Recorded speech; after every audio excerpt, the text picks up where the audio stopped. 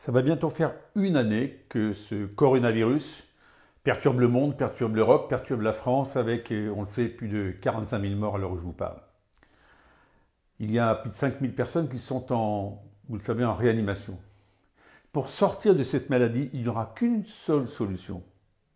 Cette solution, ça sera la vaccination. Les vaccins sont en préparation. Jamais l'industrie pharmaceutique n'est allée aussi vite pour fabriquer des vaccins qui, demain, seront en capacité de nous protéger. Ils seront en capacité de nous protéger, mais aussi d'éviter la transmission du virus. Donc ces vaccins devraient arriver au printemps 2021. Je vais donc demander au gouvernement de prévoir cette arrivée de la vaccination, parce que ne recommettons pas les erreurs que l'on a connues avec les masques ou avec les tests au début. Et il faut donc avoir un nombre de vaccins en quantité suffisante pour d'abord vacciner toutes les personnes exposées. Je pense aux personnels soignants, aux personnes âgées, aux personnes qui ont d'autres pathologies. Il faut aussi faire en sorte qu'il y ait un déploiement logistique sur tout le territoire. Il faut en plus qu'il y ait des bras, des hommes et des femmes, des professionnels de santé qui soient en capacité d'aller naturellement vacciner la population de façon la plus large possible.